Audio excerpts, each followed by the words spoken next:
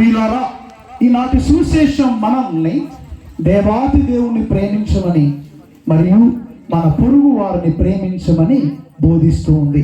ఈనాటి వాక్యం మనం దేవుని శక్తితో ఆలకించడానికి ఒక చిన్న పాటను పాడుకుని దేవుని స్తుతిద్దాం.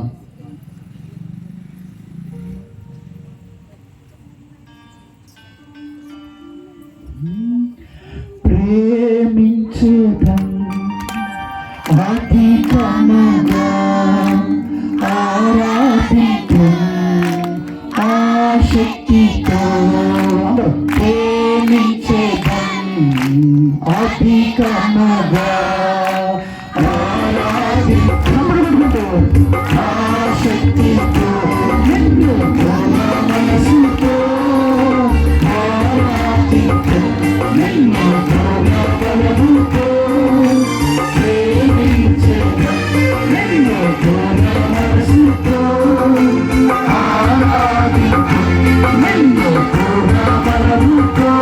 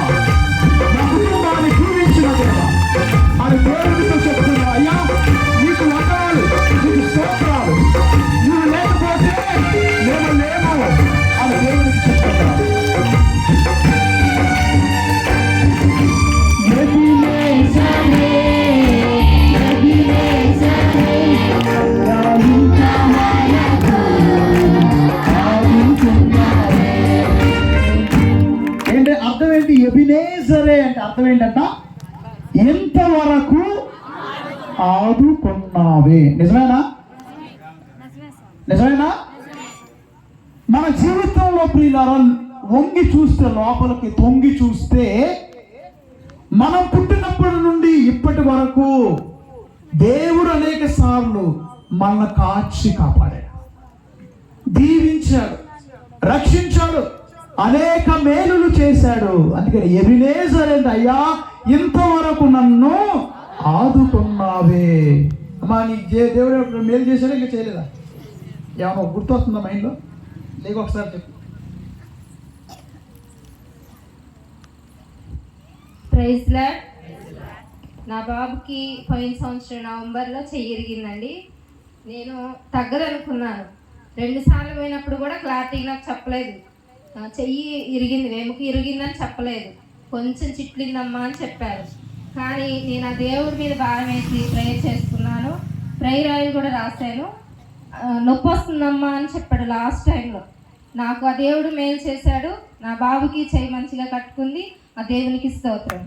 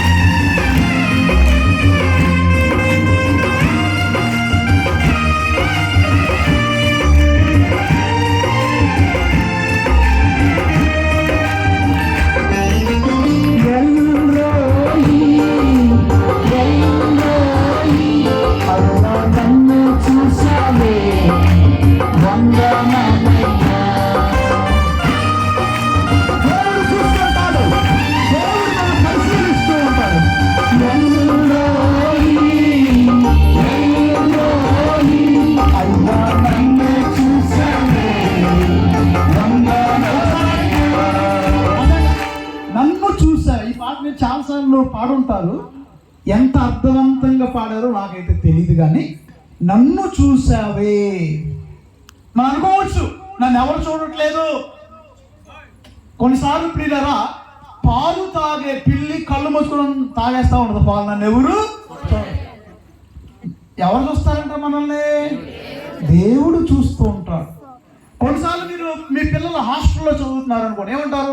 టీచర్ గారండి మా అబ్బాయిని కొంచెం చూస్తా ఉండండి అంటారనరా? లేకపోతే ఎవరైనా షాపు లేకపోతే పక్కకి వెళ్తున్నారు, ఏదో పని ఉండి ఎక్కడికి వెళ్తున్నారు, కొద్దిగా మా షాపుని చూస్తా ఉండండి, లేకపోతే మా గేదెను చూస్తా ఉండండి, లేకపోతే ఇదిగో మా కుక్కను కుక్కను ఎవరు కుక్కే అందరిని చూస్తూ ఉంటుంది. చూస్తా ఉండండి, కొద్దిగా కనిపెట్టుకొని ఉండండి. మీ జీవితంలో ఎప్పుడైనా దేవుడు మిమ్మల్ని చూశాడు అని ఏమైనా సాక్ష్యాలు ఏమైనా ఉన్నాయా? నేను చెప్తాను ఒకటి. ఒకసారి మంచులో జర్మనీలో నేను పనిచేసేది జర్మనీ దేశం 10 years మట్టి. ఫస్ట్లో తెలిసేది కాదు, మంచు పడినప్పుడు అంత తెల్లగా అయిపోయేది. దారి ఎక్కడ ఉంది, డ్రైనేజ్ ఎక్కడ ఉందో తెలిసేది కాదు. చాలా ప్రమాదం. ఒకసారి నేను స్టార్టింగ్లో 2016లో ఒకసారి వెళ్తా మంచులో బండి స్కిడ్ అయిపోయి 2 పల్టీలు కొట్టాయి. చక్రాల పైన ఉండే, కారు బాడీ ఏమో కింద ఉంది. లోపల ఉండిపోయాయి. ఎవరో ఉత్తాస్ పిల్లోడు వాళ్ళ పేరెంట్స్ కలిసి అటు వెళ్తూ ఇది జోజప్ప ఫాదర్ గారి కారు అని వాళ్ళు నా దగ్గరికి వచ్చి ఒక సుత్తి తీసుకున్న అద్దాలు పాల్గొట్టారు. నన్ను లోపల నుండి బయటికి లాగా. ఫస్ట్ యాక్సిడెంట్ అయిపోయినా నేను ఎక్కడో చదివా, కారు యాక్సిడెంట్ అయితే ముందు ఇంజిన్ కట్ చేయాలి, లేకపోతే అది పేలిపోద్దని ఎవరో చెప్పారు. ఇంకోటి ఏమో రేడియో వస్తూ ఉంది. నా పేరే నేను రేడియోలో వినాల్సి వస్తుందని కట్ చేశాను రేడియో కూడా. కాసేపటికి బయటికి లాగారు, హెలికాప్టర్ వచ్చేసింది. ఆ దేశాల్లో ప్రాణం అంటే చాలా విలువ. వెంటనే అక్కడ హెలికాప్టర్ వచ్చింది. అక్కడ కూడా ఒక మైక్ పెట్టలేము. హెలికాప్టర్ వచ్చింది, నన్ను బయటికి తీశారు. కానీ ప్రియులారా, ఆ రోజు శనివారం నేను పూజ నుంచి వస్తున్నా. నాకేమవునా, కాలు ఎరగల, చెయ్యి ఎరగల. అయినా హాస్పిటల్ తీసుకెళ్లారు, చెకప్లు అన్నీ చేశారు. మళ్ళీ నేను ఆ రోజు శనివారం సాయంత్రమే 2-3 గంటల్లో వచ్చేసాను. మళ్ళీ ఆదివారం 3 పూజలు చేశాను. నాకు అనిపించింది, ఎల్రోయి ఎల్లంటే అయ్యా నువ్వు నన్ను చూశాలి. గట్టిగా తప్పలేదు.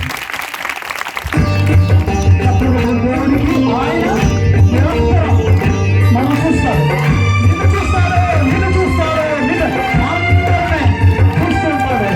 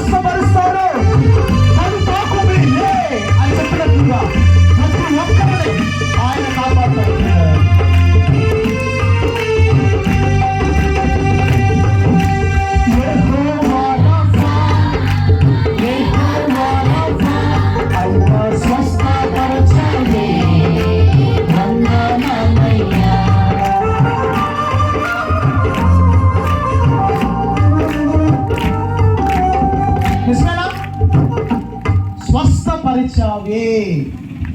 దేవుడు కనుక మనం స్వస్థపరచపోతే అన్ని సంవత్సరాల జీవిత యాత్రలో ఎప్పుడో మనం బకెట్ తనేసేవాళ్ళం. బకెట్ తండ్రి ఏంటి? చచ్చిపోయేవాళ్ళం. ఆయన కాపాడుతున్నాడు. కొందరు గుర్తిస్తారు, కొందరు గుర్తించరు. ప్రభు కీర్తనకారుడు ఏమంటాడు? చవి చూచు చూడుడు, రుచి చూచు చూడుడు, ప్రభు ఎంత మంచివాడో మీకు తెలుస్తుంది. ఎవరికైనా సాక్ష్యాలు ఉన్నాయా దేవుడు మిమ్మల్ని స్వస్థపరిచాడని? అమ్మా నీకుందేమో సాక్ష్యం? నుంచి ఒకసారి.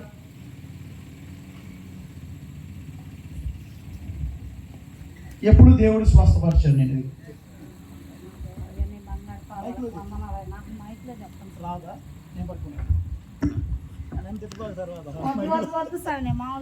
సరే, ఎవరికి వినపడాలిగా? మీరు చెప్పింది మన మైక్లో చెప్పనా? ట్రాన్స్లేషన్. సరే అమ్మ చెప్పండి. నా జీవితంలో ఎన్నో అభివృద్ధాలు, మేళ్ళు, గొప్ప కార్యాలు నా జీవితంలో చేసిన నా తండ్రి.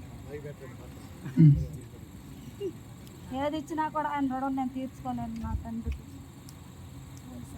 రెండే రెండు మాట చూసారా? ఏమి ఇచ్చినా దేవుని రుణం నేను తీర్చు. గట్టిగా చెప్పకూడదు. Thank you. Praise the lord అండి.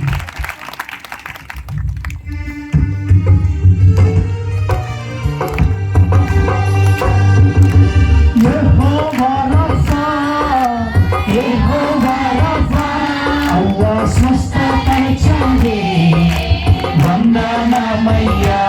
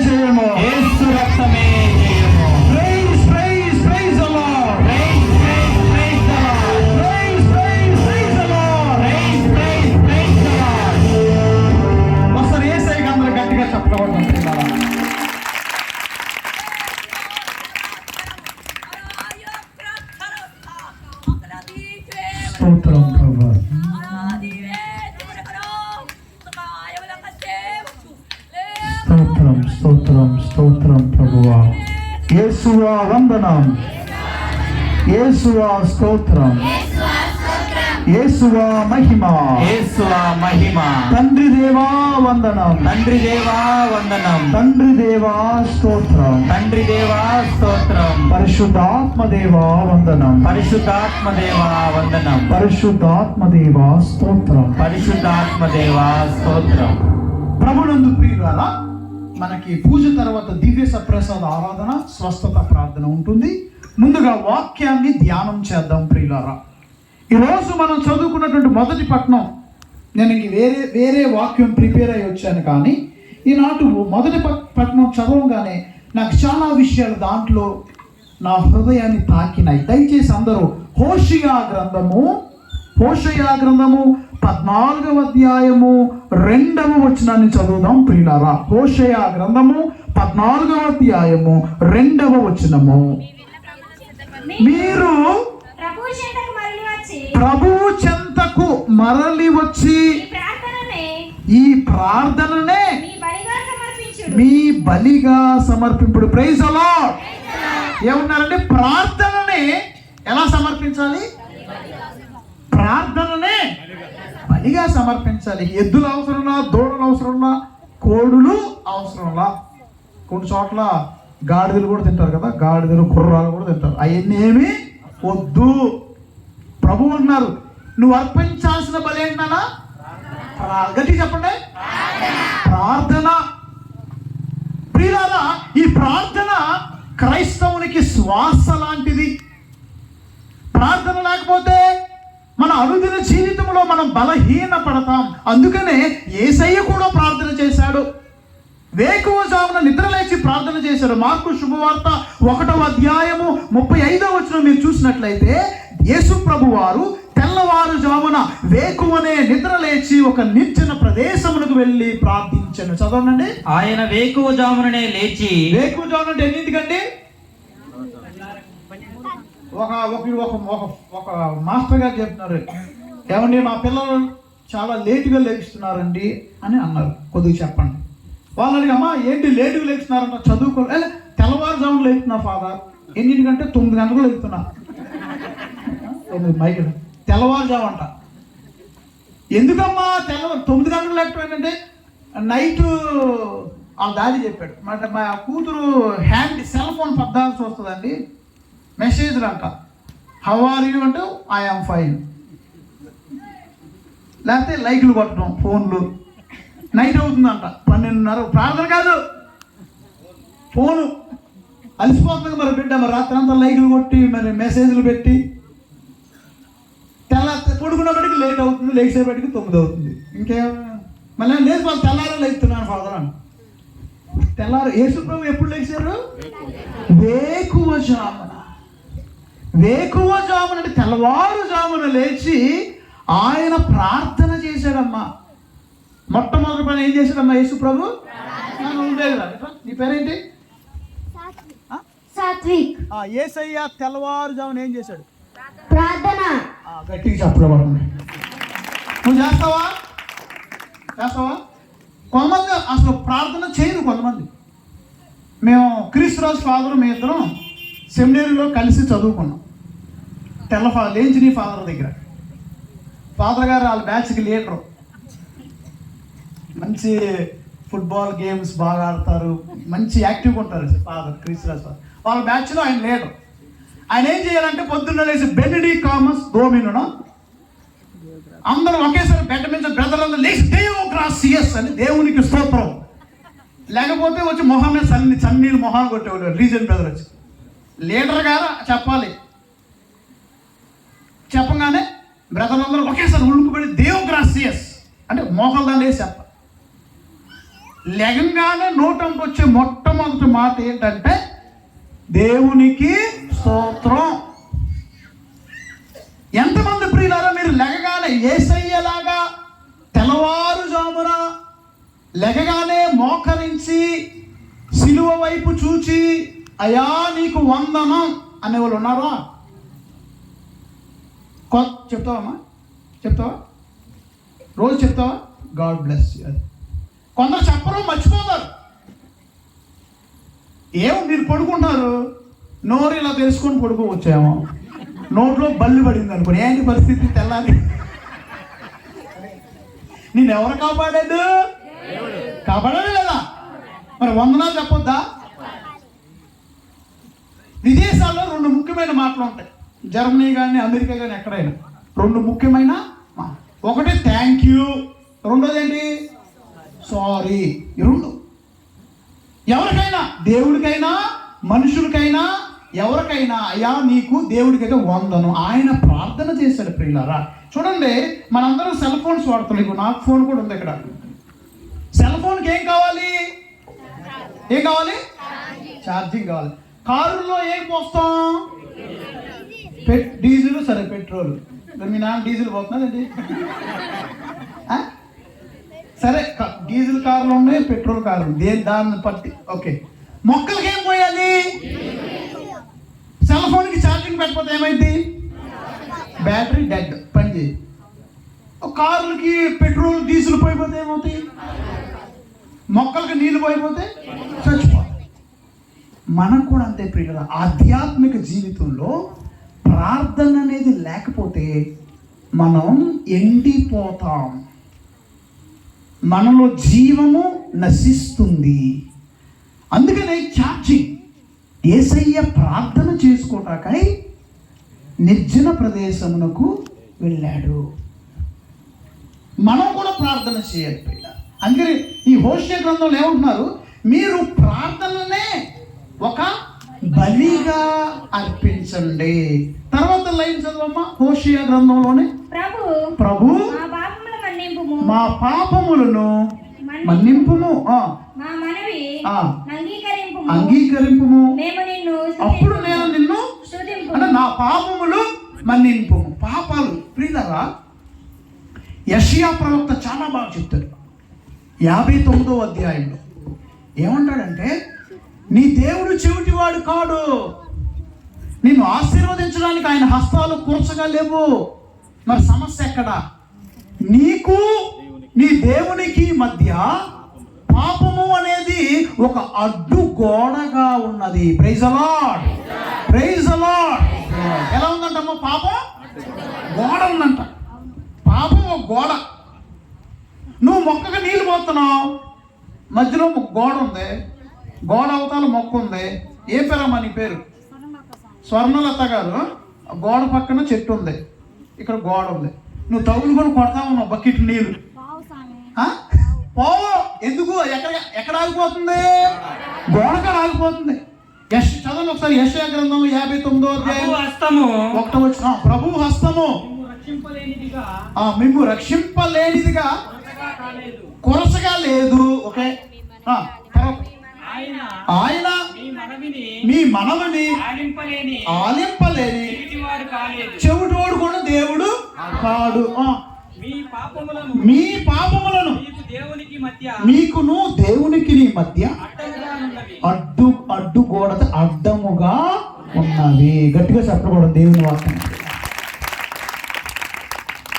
కొందరు అనుకుంటే అసలు మేము తప్పులే చేయము. ఒకసారి మామూలుగా పాప సంగీతంలో గురువు ఎక్కడ చెప్పకూడదు. ఒకళ్ళు వచ్చి పాప సంగీతం చేయలేదు నా దగ్గర కూర్చుంటే, వచ్చి ఫాదర్ గారండి నేనేం తప్పులు చేయలేదండి. మరి ఇక్కడికి ఎందుకు వచ్చావమ్మా? అది చెప్దామని, నేను తప్పు చేయలేదని చెప్దామని వచ్చానండి. నేను అన్నాను, మరీ తల్లి స్వరూపం తీసేసి నీ బొమ్మ అక్కడ ఎక్కిమంటావమ్మా? నువ్వు ఏ తప్పు చేయలేదు అంటున్నావు కదా, మరీ తల్లి స్వరూపం తీసేసి నీది పెట్టమంటావమ్మా? వద్దులే ఫాదర్ గారు అంటే పాపం అమాయకత్వం కావచ్చు. కానీ ప్రియులారా, దేవుడు తప్ప, ఎవరు తప్ప? అందరం పాపాత్ములే. మనం మానవులు బలహీనులు. తెలుసో తెలియకో ఏదో ఒక తప్పు. నీతిమంతుడు కూడా 7 సార్లు పాపం చేస్తాడు బైబిల్లో. తప్పులు జరుగుతూ ఉంటాయి. కాబట్టి మనం ఏం చేయాలంటే పాప సంగీతం చేయాలి. ఈ పాపం పోవాలంటే ఏం చేయాలమ్మా? కొందరు అసలు తప్పు చేసిన వాళ్ళకి తెలియదు. ఉదాహరణకి ఒక పంది పిల్ల ఒక గొర్రె పిల్ల. ఎవరెవరు? రెండు బురదగుంట్లో పండి. పంది పిల్ల ఏం చేస్తుంది? గొర్రె పిల్ల ఏం చేస్తుంది? పంది ఏం చేస్తుంది? అది మింగుద్ది. మురికి నీళ్ళు మింగి మళ్ళీ ఊస్తుంది. అటు ఇటు హ్యాపీ జలకాల ఆటల్లో అటు ఇటు తిరుగుతూ ఉంటుంది పంది. కానీ గొర్రె పిల్ల ఏం చేస్తుంది? కాపరి కొరకు అరుస్తుంది. నువ్వెవరివే? నేను పంది పిల్ల అనుకో, అసలు నేను పాపమే చేయలేదు, అసలు ఆ తప్పులే లేవండి అంట. నేను గొర్రె పిల్ల అయితే, అయ్యో నేనున్న ప్లేసు శుభ్రముగా లేదు, నాలో ఈ మిస్టేక్ ఉంది, దీన్ని నేను తొలగించుకోవాలి, నా పాపాన్ని తుడిచివేయాలి అని పాప సంగీతనం చేస్తాం. ఒక 4 సంవత్సరాల క్రితం లబ్బీపేట విచారణలో నన్ను పాప సంగీతం గురించి చెప్పడానికి ఆహ్వానించారు. యూత్కి వాళ్ళు అడిగాను వాళ్ళని, పాప సంగీతం చేయాలంటే ఒక పిల్లోడు నవ్వుతున్నాడు, నేను చేయను ఫాదర్ అన్న. సరే నువ్వు లాస్ట్ టైం ఎప్పుడు చేసావయ్యా అన్న. నిజం చెప్పమంటారా అబద్ధం చెప్పమని? నిజమే చెప్పు. ఎవరు బాబు నిజం చెప్పయ్యా?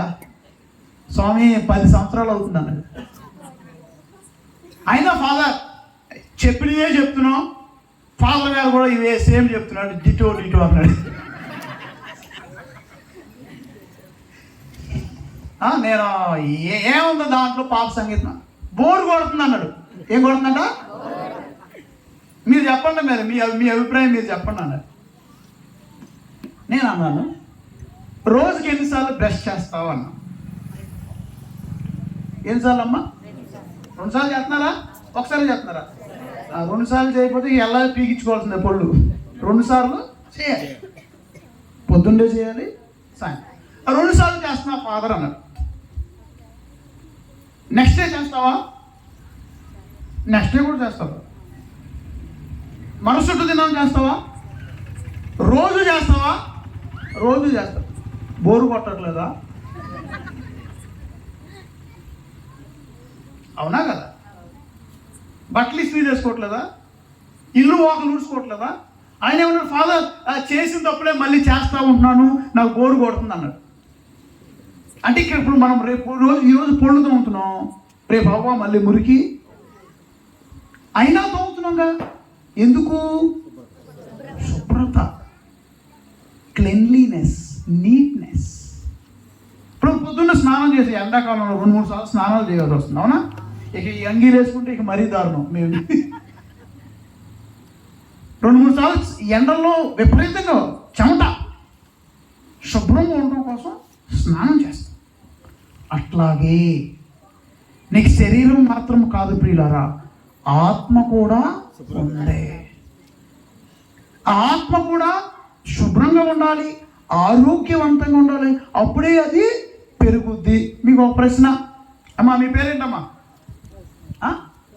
రోజ్మేరీ గారు, మీ ఆత్మ వయసు ఎంత? మీ వయసు అడగట్లా, ఏ వయసు ఎంత? ఎప్పుడైనా ఆలోచన చేశారా? ఎవరైనా చెప్తారా మీ ఆత్మ వయసు ఎంతో? ఏమండి ఏమండి? మామూలుగా అట్లా అనుకుంటారు మన వయసు ఎంతో, కానీ కాదు. శరీరము పెరిగినట్లుగా ఆత్మ పెరగదు. మనం 3 పూటలు తిన్నాం అనుకోండి, టిఫిను, మధ్యాహ్నం లంచ్, సాయంత్రం సప్పర్, మధ్యలో గారెలో బూరెలో కొట్లో పెడతారు, అక్కడక్కడ టీలో స్నాక్స్. ఊర్లో ఇంత వచ్చి ఫాదర్ గారిని స్నేక్స్ ఏమైనా తింటారా అంటే మంచి ఉద్దేశం ఉంది కదా. అంటే అందరూ చదువుకోలేదు కదా పాపం. నేను ఒకేసారి నేను చైనా నుంచి వచ్చాను. ఎందుకంటే అవ్వాదం స్టోరీ ఉంది కదా బైబిల్లో. ఒకళ్ళు అన్నారు, అవ్వాదం కనుక చైనాలో పుట్టుంటే అసలు జన్మ పాపమే ఉండేది కాదంట. ఏముండేది కాదు? ఎందుకు? అవ్వమ్మ దగ్గర పాము వచ్చింది కదా, ఈ యాపిల్ పండు తినన్నప్పుడు అవ్వమ్మ యాపిల్ బదులు పావునే తినేసేదంట. మరి అది అలవాటు కదా.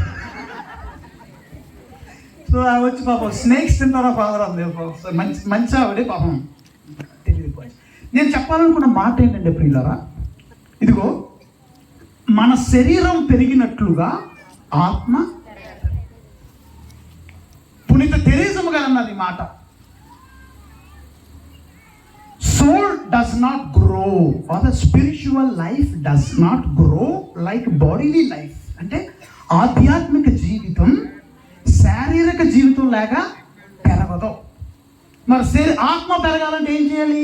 నువ్వు కృషి చేయాలి, ప్రార్థన చేయాలి, సప్రసాదంలో కొనాలి, పాప సంగీతం చేయాలి, ప్రార్థన చేయాలి. అప్పుడే నువ్వు ఆత్మలో అందరూ.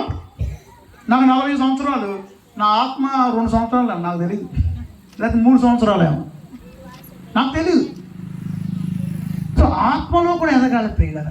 సో ఇక్కడ పాపం అనేది పోతే మంచి పాప సంగీతం. ఆ పిల్లలకు నేను చెప్పింది ఏంటంటే, అయ్యా పొళ్ళు తోముకున్నట్టు, స్నానం చేసినట్టు, కిటికీలు తుడుచుకున్నట్టు, ఇల్లు వాకులు ఊడ్చుకున్నట్టు మనం బోరు కొట్టినా పాప సంగీతాన్ని మానవుడు. కాబట్టి ప్రియులారా, ఇక్కడ వాక్యంలో హోషేయ ద్వారా ప్రభు అన్నాడు, ఇదిగో మా పాపములు మన్నింపుము, మా మనవిని అంగీకరింపుము, నేను నిన్ను స్తుతింతును అంటున్నారు ప్రియులారా. అప్పుడు చూడండి అక్కడ లాస్ట్ మాట, అదే మాటలో 3వ వచనం చివరి మాట ఒకసారి చదవండి. దిక్కులేని వానికి, ఒకసారి అందరూ చేయి చేసి చెప్పండి మాట, ఎంత అద్భుతమైన మాట అండి. దిక్కులేని వానికి జాలి చూపు వాడవు నీవే. అవునా కదా? కృష్ణపేటలో ఉన్నప్పుడు ఒక అమ్మాయి అనాథ, ఆమెకి తల్లిదండ్రులు లేరు. ఆమె ప్రార్థనలో ఒక మంచి పాట, అనాథ జీవిని నేను యేసయ్యా, నన్ను ఆదరించే వారే లేరయ్యా అని ఒక పాట. అనాథ జీవిని నేను యేసయ్యా, నన్ను ఆదరించే వారే లేరయ్యా. అనాథ జీవిని నేను యేసయ్యా, నన్ను ఆదరించే వారే లేరయ్యా. యేసయ్యా యేసయ్యా, నీవైనా నన్ను ఆదరించవా. యేసయ్యా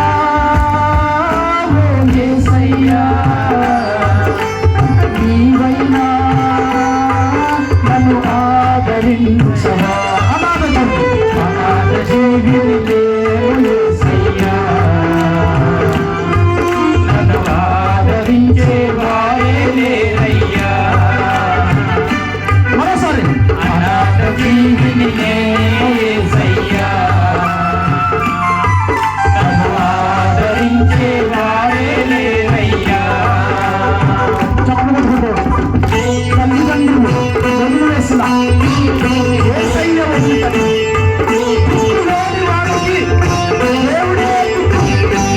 నీ జీవితంలో దిక్కులేని యేసయ్యతో చెప్పు, అయ్యా నా దిక్కు నువ్వే, నా ఆనందం నువ్వే అని ప్రభువు చెప్పు.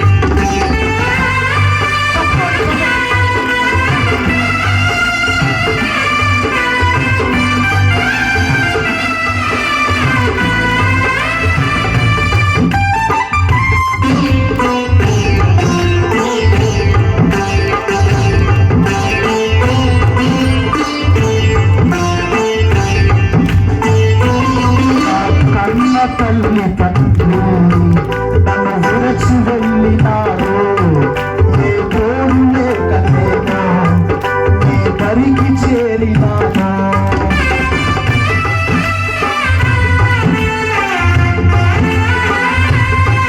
నా కన్న తల్లి తండ్రి నన్ను విరచి వెళ్ళినారు, ఏ తోడు లేక నేను నీ దరికి చేరినాను.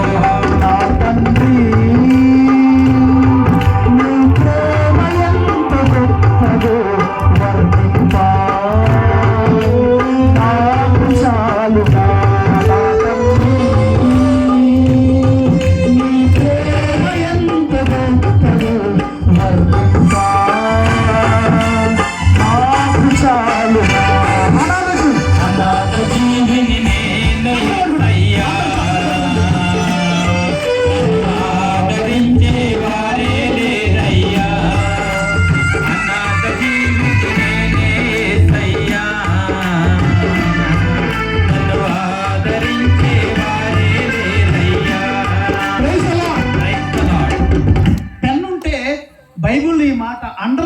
చూడండి, చాలా బాగుంది అసలు. దిక్కులేని వానికి జాలి చూపు వాడవు నీవే. ఎంతమంది ఒప్పుకుంటారు ఈ మాట?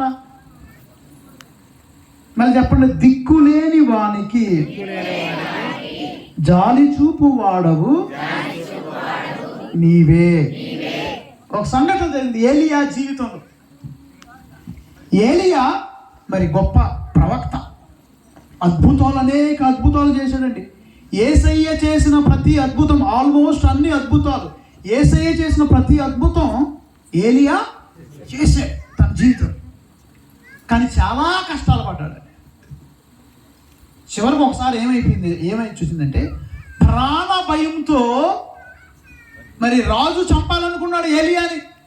ప్రాణ భయంతో ఏలియా పారిపోయి ఒక రేగు చెట్టు కింద కూర్చొని, మన భాషలో చెప్పాలంటే ఆత్మహత్య చేసుకోవాలనుకున్నాడు. ఏం చేసుకోవాలనుకున్నామా? చచ్చిపోవాలనుకున్నాడు. రాజు ఎదుగుతున్నాడు ఏలియాని చంపాలని. ఒక రేగు చెట్టు కింద కూర్చొని, దేవా ఈ బాధలు నాకు ఇక చాలు, నేను చచ్చిపోతా. మీకు వచ్చిందో ఈ థాట్ ఎప్పుడైనా?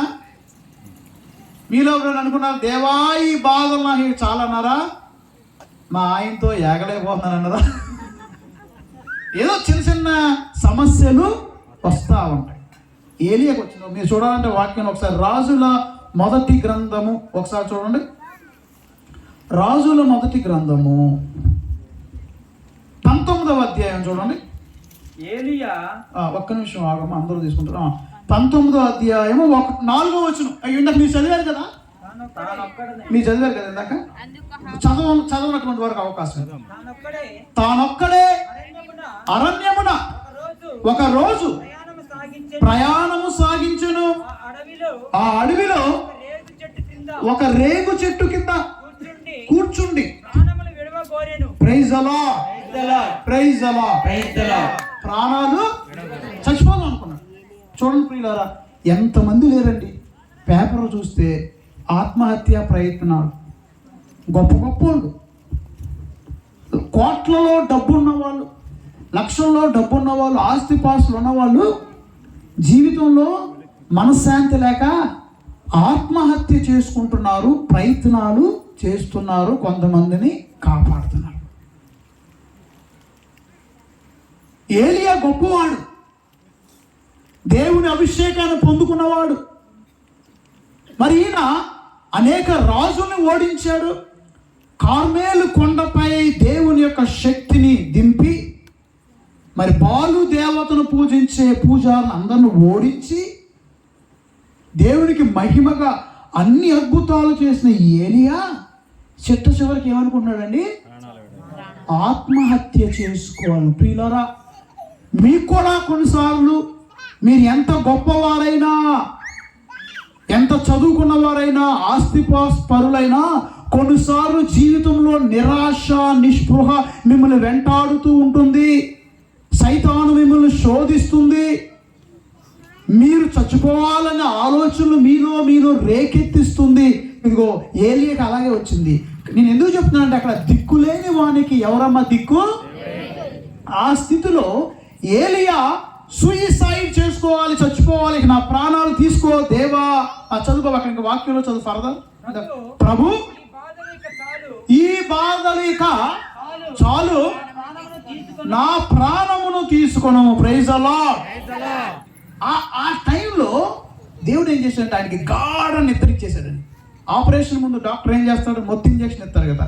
నేను చచ్చిపోదాము, నా ప్రాణాలు తీసుకో అనుకున్న టైంలో దేవుడు ఒక ఇంజక్షన్ ఇచ్చేసాడు ఏలియాకి. అలా ఆనేవాడు 70 అక్కడే పడు, అక్కడ స్పృహతో అక్కడే నిద్రపోయాడు. నిద్రపోతే మరి తర్వాత లేపాలి కదా. ఎవరు వచ్చారు? దేవదూతను పంపాడు దేవుడు. వచ్చి ఏలియా గెడ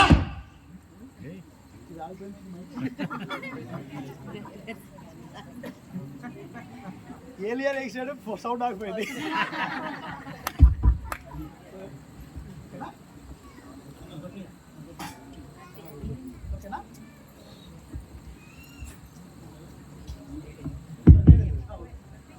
ప్రైజ్ ద లార్డ్. ఓకే, ఏలియా లెగు అంటే ఒకసారి లేచి అటు చూస్తున్నాడు. దేవదూత రొట్టిచ్చింది, తిను. నడిచి వచ్చాడు చాలా రోజులు, రొట్టి తిన్నాడు, బాధతో మళ్ళా నిద్రపోయాడు. మళ్ళీ ఏలియా లే, పక్కన ఎవరు నిద్రపోతే లేకుండా లేచాడు, మళ్ళా తిన్నాడు.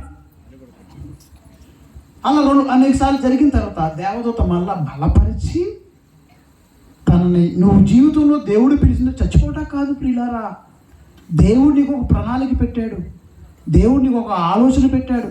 నువ్వు బిడ్డ, దేవుడు నిన్ను సృష్టించింది నువ్వు చచ్చిపోవటం కాదు,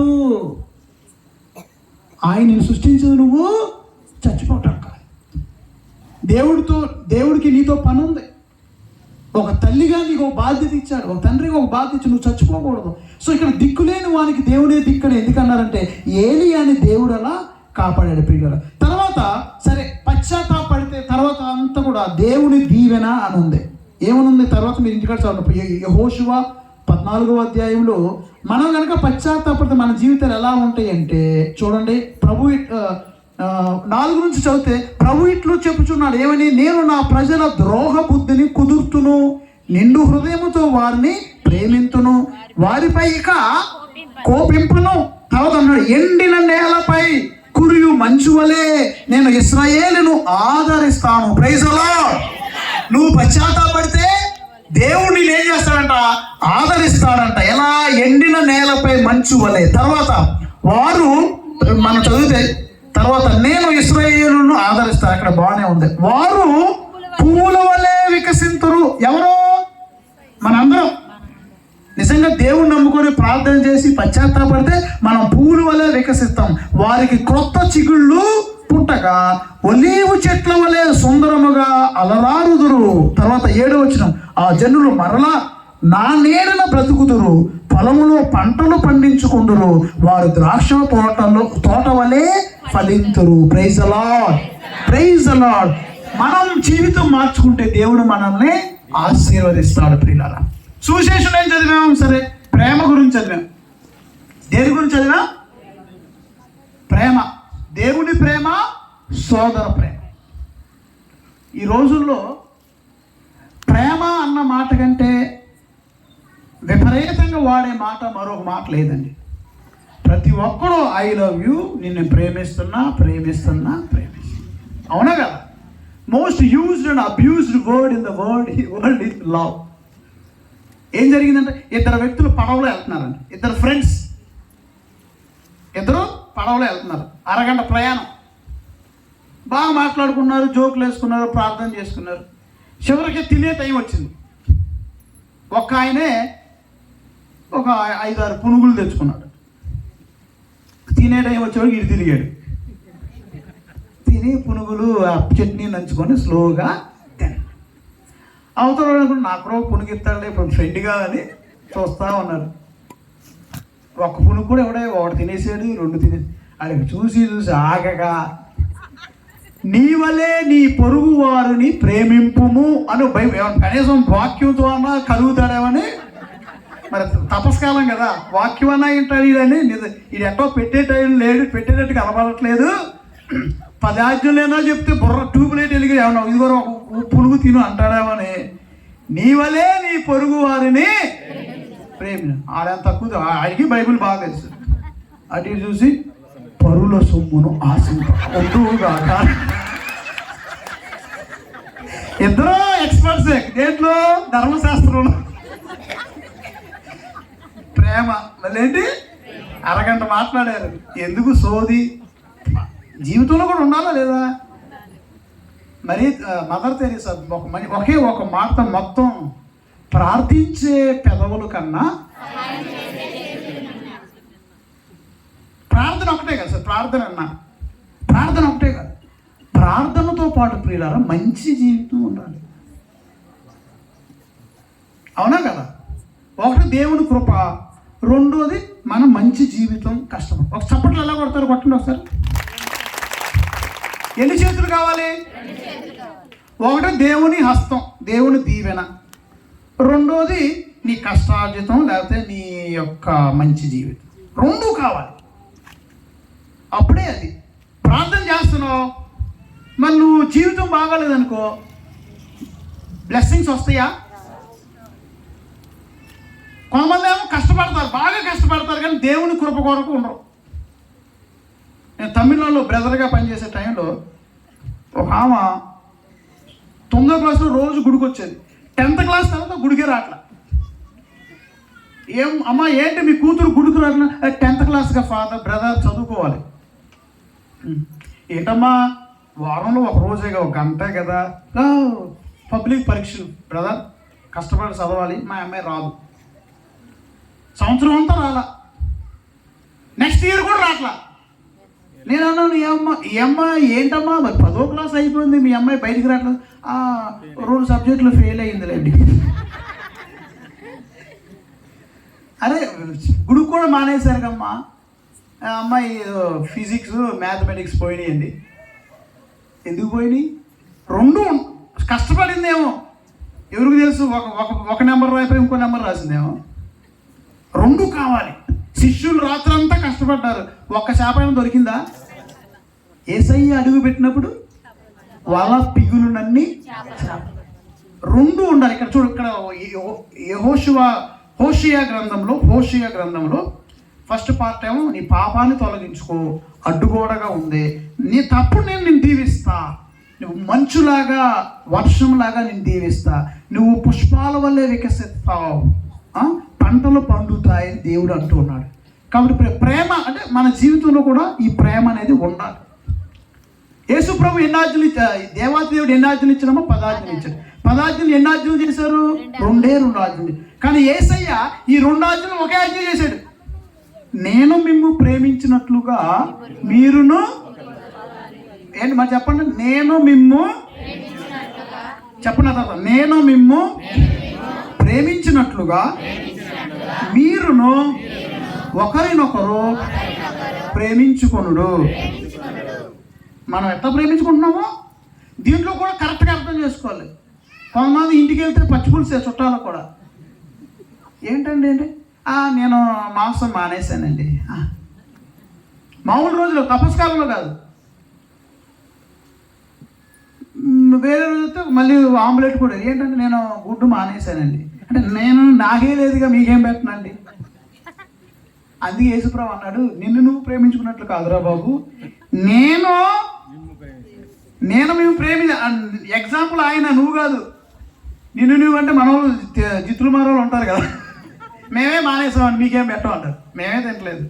అట్లా ఆయన నేను నిన్ను ప్రేమించినట్లు మీరు ఒకరినొకరు ప్రేమించు. ఒకసారి మద్రాసులో అక్కడ బెసన్ నగర్ అన్న పుణ్యక్షేత్రం, వెలంగిని మాత పుణ్యక్షేత్రం, బెసన్ నగర్ పుణ్యక్షేత్రం, అక్కడ ఒక ఆయన నన్ను కలవటానికి వచ్చాడు. బ్రదర్ గారండి, నేను మా ఫ్యామిలీని చాలా లవ్ చేస్తున్నానండి అని. వెరీ గుడ్, మంచిదే గయా. కానీ చిన్న ప్రాబ్లం అండి. ఏంటి ఆ ప్రాబ్లం? నాకు కొంచెం తాగుడు అలవాటు ఉంది, దానివల్ల ఇంట్లో డబ్బులు ఇవ్వలేకపోతున్నాను. మా భార్య రోజు నాతో పోట్లాడుతుంది, మా పిల్లల ఫీజు ఆపన్నా. నువ్వు ఏం మాట్లాడు మూర్ఖుడా అన్న. ఏంటి రోజు వచ్చారు, రెగ్యులర్గా వస్తారు, తెలుసు కొద్దిగా ఫ్రెండ్లీ. ఏం మాట్లాడుతున్నా? నువ్వు ప్రేమిస్తున్నావు అన్నాడు. మరి నేను నా ఫ్యామిలీని లవ్ చేస్తున్నానండి. లవ్, ప్రేమ అంటే ఏంటి? మాటల బాధ్యత. ప్రేమ అంటే ఏంటండి? ఆడవాళ్ళు మాత్రం చెప్పండి ప్రేమ అంటే ఏంటి. మగవాళ్ళు మాత్రమే చెప్పండి ప్రేమ అంటే ఏంటండి.